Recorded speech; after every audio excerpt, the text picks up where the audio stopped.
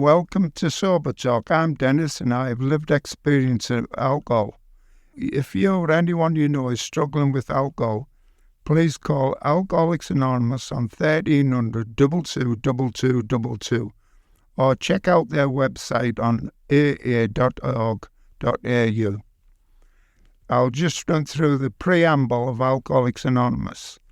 Alcoholics Anonymous is a fellowship of men and women who share their experience, strength and hope with each other. They must solve their common problems and help others to recover from alcoholism. The only requirement for membership is a desire to stop drinking. There are no dues or fees for AA membership. We are self-supporting through our own contributions. AA is not allied with any sect, denomination, politics, organisation or institution, does not wish to engage in any controversy, neither endorses or opposes any causes. Our primary purpose is to stay sober and help other alcoholics achieve sobriety. We have two speakers this evening, Ian J. and Snowy. First up is Ian J. I'm Ian J, or Ian Jamison, because I like to everyone know my full name in case they want to see me afterwards or post me a letter. But I'm a grateful alcoholic that came into this program through Hillcrest Hospital in 1966. One of the things I've heard all this morning is, how we get and how we come to AA. And my place to get there was at Woomera Hospital. A doctor that only came up as a reliever. I think he came up on the night before I was admitted to the hospital again for the umpteenth time for some valid complaint. I always had something when I ended up in that hospital. It was meningitis, laryngitis, hepatitis or whatever. I always had something to enter that hospital, but basically I was there because of my drinking. And this doctor came in the next morning, had all my notes, I think, never seen me before, and he just said the words to me that would have changed my life. It wasn't a diagnosis I expected, but he said, "Ian, do you think grog might have something to do with your problems?" I looked around to see who I was talking to, actually. But for the first time in my 20 years of drinking, I was finally confronted with a doctor who was willing to, say it like it was. I don't remember saying yes, but I was shaking that much. He took that as a yes and disappeared. And 10 minutes later, he came back and he said, "Ian, I've just called Doc Robbie in Adelaide and there's a bed at Hillcrest Hospital if you're willing to go." That's when I started to back out, and I was saying, "No, the boss won't let me. I'm needed up here," and all the rest. But the boss was willing to let me go, and my wife was willing to let me go, and that's where I ended up in July, just about this time in 1966. And in that hospital, I believe that's where I first heard of AA. My wife tells me that in 1957, she had a bloke come out to see me from the entrance. He was one of the first people up in the entrance. He was an insurance bloke. I forget his name. She'd remember it. But I must have been in a blackout when he came because I can't recall a thing. But she tells me he came to 12 Stepney.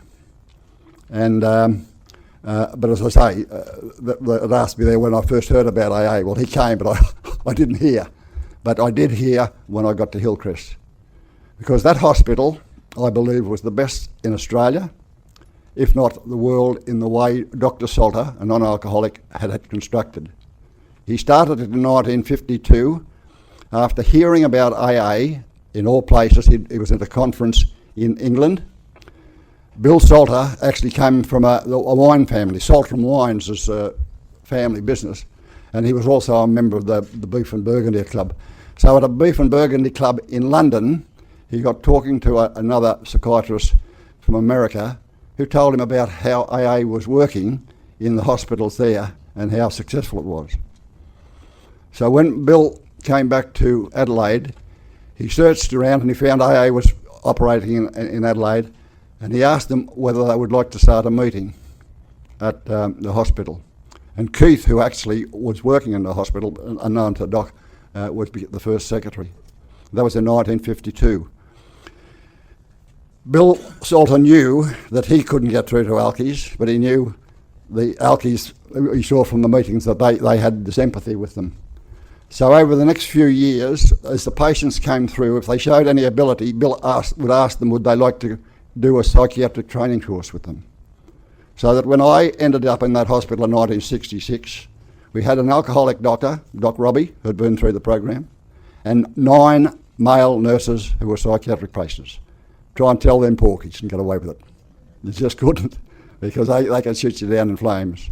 So for me, that's where I found AA and became a stand-up member of this fellowship. I was unfortunate, and I say unfortunate because 1 year after that, and I left that hospital, I did pick up one drink, and I didn't want it, I didn't ask for it, and didn't need it. But that is another story. So my sobriety date is actually December 1967. But I would say that it was a one drink and it was the last, and that's the end of that.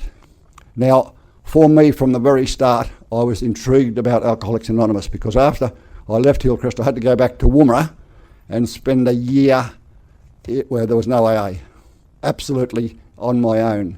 The dead heart of Australia, the Rocket Range, everyone drank, more or less, I thought. But, it was a drinker's place, and I had to do a day at a time on my own. With the only thing I had, my mother had bought me a big book while I was in hospital. And so that was my meeting, with that book. And I read that book from cover to cover, and as best I could. And during the reading of this book, I came across one particular sentence that to this day stands in my mind. And I had the second edition book. It was a 66 book, and there was a story in that of author, traveller, scholar, words to that effect. And in reading that book over and over again, I came across these lines. I wanted to roam again, so I got a job on an Australian packet. When I came home to Australia to see my people where I was born. That bloke was the first Australian sober. He got sober in Akron in 1937.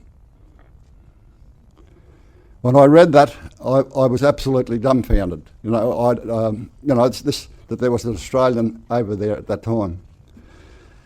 When I finally got back, as I say, into AA properly, when I came down from Woomera, and that I got a transfer out of there, and there was a story in that in itself. But when I got back down to Adelaide and became a fully paid up member of the Salisbury group, I was straight away thrust into service.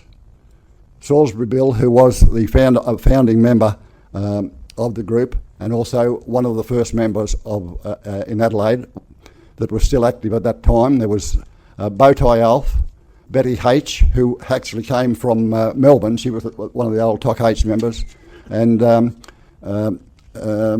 other names, Pauline and Bowtie Alf. These people were still active, and they were of the originals. They got hold of me, Salisbury Bill.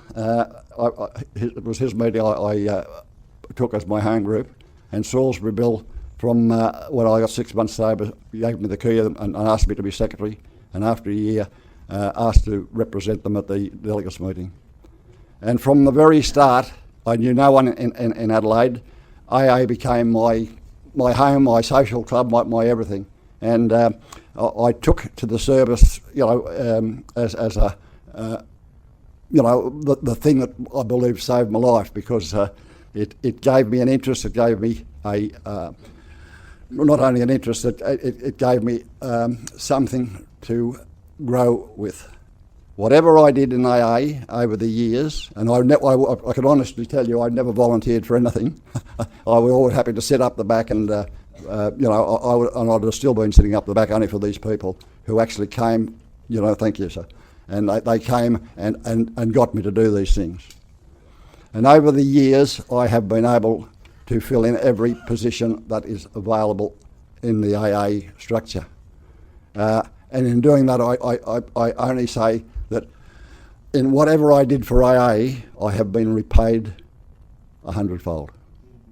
It's allowed me to grow up, mature, do things that I would never have done otherwise. It improved me in my job prospects and everything else. And so for the newcomer, for the person today, I would implore them to get involved with service. Service is the key, and I'd like to close on this. Dr. Bob's last words: when it's all boiled down, it's all love and service. I thank you. Our next speaker is Snowy. My name is Snowy, and recovering alcoholic addict, and by the grace of God, been able to be here today and alive, and I think a lot of us could say that. I come to AA at the age of 25, and it was through the gap between the age of 15 and the age of 25 that I'll never forget.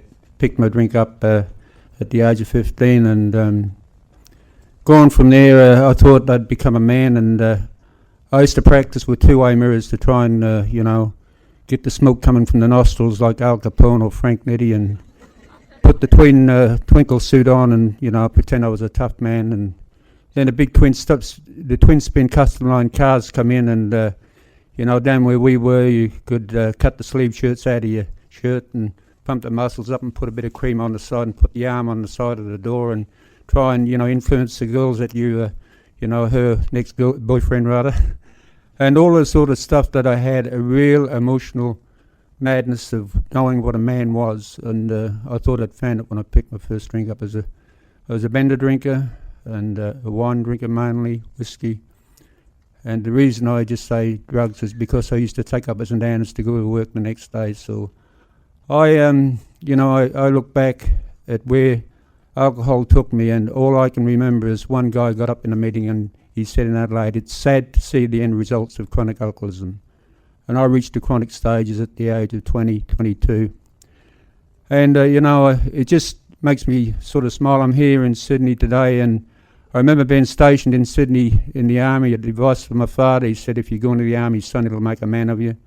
After he tried to tell me just to drink stout, he said that'll be all right, but that didn't work. And so I went into the army at the advice of my father, and got stationed at Ingleburn in the Finnish here, and I used to come on leave into Sydney with a mate of mine, and we used to just be privates. We weren't even corporals or sergeants or anything. We used to get this jungle green shirt from the Army Naval Store, and we used to have the paratroop wings on the shoulders and go to the dance in Parramatta and tell the girls we were paratroopers, and I hadn't even been up in an aeroplane. And the reason I say that is because I've heard a bit about Catholics here today, and I finished up, I pinched a Catholic priest's car in one of my mad alcoholic seizures, and I drove it to Port Lincoln, and I got sentenced there by a very strict Catholic judge, and he'd give me an extra 3 or 4 months on top of that, and I come to AA with a bit of resentment against Catholics, which I don't have today.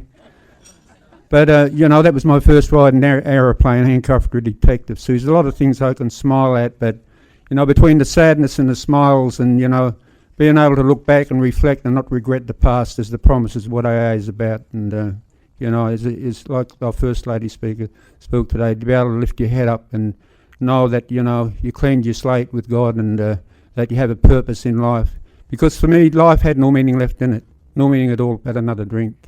And, I was one of the youngest members that came into AA at the age of 25 in Adelaide, along with Adelaide Arthur, and we started a young people's group up there, and it was through my last drink that I was introduced to my turning point through a prison chaplain, and I was in my last drink. It took me in a blackout up the river at a place called Renmark, where I flaked out in the back of the car, and my whole body was convulsing, and when they put me in the cells and then they sentenced me, and my whole body was gone into reactions in my mind because I'd been 2 weeks on a bender, and it was a mixture of alcohol and drugs together. I should have died actually with that last bender. They put me in a prison hospital and probably didn't know about what alcohol was about in those days like we do today. And it was in the prison hospital after the prison doctor had seen me, a prison chaplain come to see me, and I broke down and I started to cry, and he said, you may be an alcoholic. These AA members visit this on the jail panel, this jail here. He said, maybe if you go along next weekend and have a listen, he said, you might be able to find some help. And that's where I stood at my turning point. So I went to his advice to the to the meeting, and I sort of sat at the back between two other people, and I'll never forget this guy got up to share. He was one of the visiting members of AA. Two guys were talking while he was sharing, and he really got angry, and he leaned the chair forward in a very controlled anger, and he curled a lip up, and he said, "One of you here may want to hear what I've got to say." I'll never forget it, because I used to always try to look like Al Capone, and he looked like it this day, I'll tell you. And they shut right up, they didn't make another noise, and he went on, and his name was Checker, and he said, "You blokes don't have to go round the clock like I have and spend all this time in jail like he had. He had spent a lot of years in jail, this man." And I knew for the first time what we talk about in his room, experience, strength and hope was coming through. You know, and then I went back to my cell, and the next day the prison chaplain come up and he talked to me. I said, "How did it go?" And I said, "Oh, that was a good meeting." I said, "But I'm going mad every time I'm in my cell at night. I just feel so insane. My voice is in my head." I said, "I just don't know what I'm going to do." I said, "I just feel so ashamed and crazy." And he took me through my fourth and fifth step, and I never forget laying on the floor of the cell in the jail at Cadell, laying on the floor, crying and sobbing after I got to the part where I was speaking out my fifth step. I was talking about my dad who couldn't put up with me anymore, and I said I hate him but I love him because the rejection was there, we talk about in his rooms. And I just shook from head to toe, and I can't explain it, but I sobbed and I cried, and he had his arm around my shoulder. He said, "Let go of it, son, let go of it." And I'll never forget that man. And he talked to me about Christ and love and things that more than probably to people might sound religious. I just accepted what he said, and it was when I had this tremendous turning around within, something changed within here. My sponsor used to say it was an inside job. If you want to rob a bank, it's good to know what goes on the inside, and I agree with that. You know, and the whole thing is this, that it's led me to the point where I walked out of that jail in 65. If you told me I would have got married and had 4 little Snowies, and 2 of them are 6'5", you know, and with Maxine's help I've been able to produce a bit more than a hangover. That's my wife, and I love her very much. And you know, today, well, you know, the other week I went to my daughter's wedding, and being a father, they asked me to share as being a father about my daughter, and I got up and I said in conclusion, my real name's Cannell, and the guy she married was a cook, and I said, how do I got to get it right? I said in conclusion, I said, my daughter was once, just a minute ago, she was a Cannell, now she's a qualified cook, and I pray to God she brings forth a few cookies with Mark's help, who's a head cook. And you know, that's the things that today I have the joy of seeing a family that can see a father that's sober. We've got 4 children. I know what it means to have a son that's, you know, gone through the madness of this disease. Like somebody said here before, they're coming in with a drink in one hand and a drug in the other. And my youngest son is almost destroyed by it with alcohol and speed together, and he's alive thanks to the medical help and you people in these rooms. And the other thing I'd like to mention is this, that I said this in a meeting the other night, and that, I was always confused how to let go and hang on at the same time. And I'll just conclude the message in this, is that 20 years ago, I was at my place, 1 o'clock in the morning. I was sound asleep in bed. It was a hot summer's night. My daughter and my youngest son had just come back from a dance, and they walked up to our place in Elizabeth, and sometimes a pretty rough place at times. And these 2 guys were harassing them both, and one of them got my son and started to punch him up. And I was in bed. My wife said, quick, get out. She said, there's a fight out the front. So I jumped out of bed, and this bloke had his back to me, and he was a pretty big bloke, I'll tell you, and I didn't even have time to say what an order. And I jumped on his back, grabbed him round the neck, and I'm hanging on like that. But I had my pyjamas with no elastic in them, and they started to slip down. And the two messages that come from this is that you can hang on and let go at the same time. And the point I'm trying to make here is this, that you know, AA says more to be revealed. And the other thing too is you don't have to go to a nudist colony to do it. You can come here and reveal yourself to another alcoholic. You know, that's sort of. But in conclusion of that, when I was hanging onto this guy's neck, and my son got away and got a kick, and we finished them. They just left. They left because, you know, it takes more than one to handle this giant, which is the disease. That's what I'm talking about. If you when I see a speaker standing up here, I'm seeing somebody that's hanging around the neck of this giant, which is called alcoholism, so somebody can get a kick at it so it doesn't destroy them. And I don't mean in a violent way. I'm talking about because it's an aggressive disease, and we can't be passive with it. We've got to go forward together. That's what I was told in the beginning of my recovery. That unity is where we get our strength, is being together. And you know, I know we don't all agree with everything each other says, but the common bond that I've got in my life today has come from a higher power that introduced me to my first meeting with AA when I heard my first members of AA speak. you know, I could speak about numerous people that, you know, have helped me in my life, and the Checkers, the Blueies, the Broken Hill Jacks, and so many that, you know, I could go on and on. But, you know, to have this life today and not have this compulsion and force to drink against my will, that's got to be God, you know. And I love my higher power today because even though I've never been able to handle all things as easily as the average person out there, I can handle things that once I could never handle, and that's the promise is what AA says for me. For that I'm very grateful. Thank you. We have local meetings for the full week in the local area. Monday is Gala meeting at 8 o'clock. Tuesday is Elizabeth East at 8 o'clock. Wednesday is Elizabeth East at 8 o'clock. Thursday is Two Wells at 8 o'clock. And Friday is Salisbury at 8 o'clock. There's a meeting at Daveron Park at 12 o'clock, and on Sunday there's a meeting in Salisbury at 7 o'clock, and many other meetings in the area. For details of your local meetings, please phone 1300 22 22 22. And once again, if anyone you know is struggling with alcohol issues, please call Alcoholics Anonymous on 1300 22 22 22. The website is aaSouthAustralia.org.au.